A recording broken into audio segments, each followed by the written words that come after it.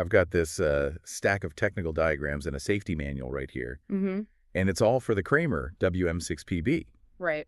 Which, I mean, at first glance, it just looks like another black box you'd bolt to a wall. Right, which is usually exactly how these things are treated. Just invisible utility. Yeah.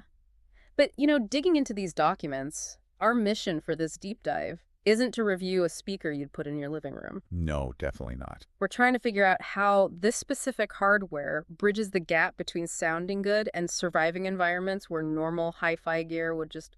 It would absolutely fall apart. Yeah. You have to balance acoustic performance with industrial survival. Right. So let's start with the survival part.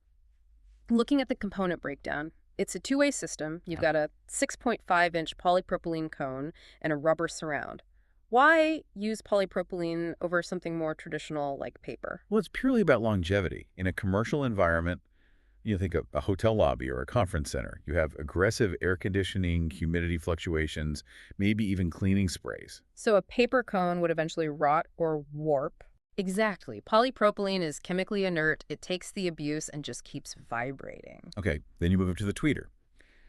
The spec sheet highlights that it's a 1-inch soft dome, but it's ferrofluid cooled. That sounds like high-end audiophile jargon. Does a wall speaker actually need magnetic liquid cooling? Yeah, in this context, it's not just for fidelity. It's really for endurance. If they run all day. 12, 14 hours a day sometimes. Yeah. That generates significant heat in the voice coil. The ferrofluid basically acts as a radiator, pulling heat away so the component doesn't fry during a double shift. Wow. Yeah, it allows that 30-watt continuous power rating, or 45 watts peak, to be a reality and not just a theoretical max. So it's built to run a marathon every single day. Mm-hmm. But here is the logistical headache I always wonder about with these installs. The datasheet lists an 8-ohm mode, which is great for a single room. But if I'm wiring a massive department store, running thick copper wire to 50 different speakers at 8 ohms is just a nightmare. The signal loss would be huge. Yep. And that is exactly why the transformer taps listed here are critical.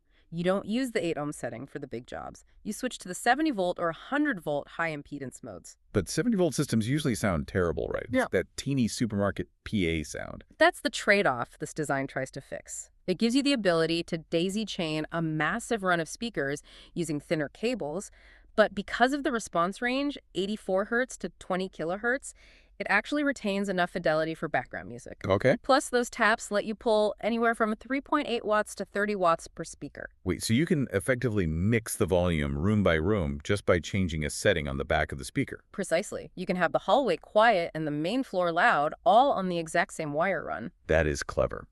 I also noticed the mounting bracket, the Easy Mount. It's hidden aluminum and supports corner installation. Great for aesthetics. Yeah, and it has standard 75mm VSA threads.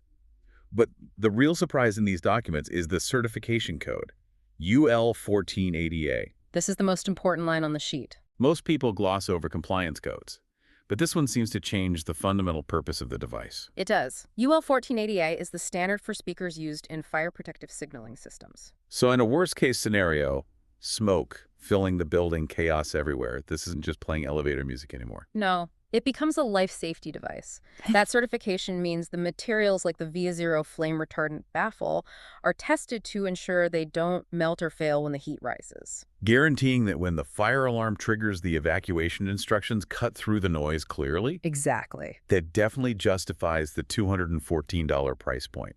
You aren't just paying for the audio drivers, you're paying for the assurance that the hardware won't fail when you need it most. And even the packaging reflects that industrial mindset. It's monomaterial and eco-friendly. When you're unboxing 100 of these at a job site, not dealing with a mountain of styrofoam is a legitimate logistical win. It's a workhorse. It hits 104 dMA, continuously handles the humidity, and it's legally certified to help get you out of a burning building. It is the definition of hidden in plain sight. It really makes you rethink the infrastructure around you. We spend so much time obsessing over whether a speaker has the perfect bass response for our favorite song. Right. But when was the last time you looked at the gear on your wall and asked if it was actually built to save your life? It's a heavy question, but one worth asking. Something to chew on next time you're sitting in a waiting room. Thanks for exploring this deep dive with us. We'll see you on the next one.